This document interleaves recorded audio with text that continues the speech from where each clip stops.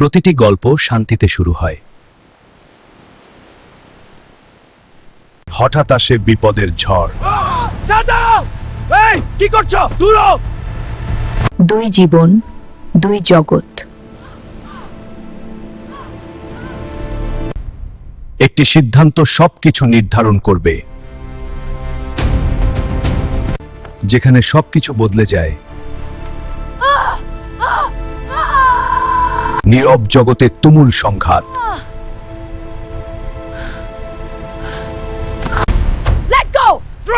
বিপদ ছোঁয়া ও নীরব শান্তি।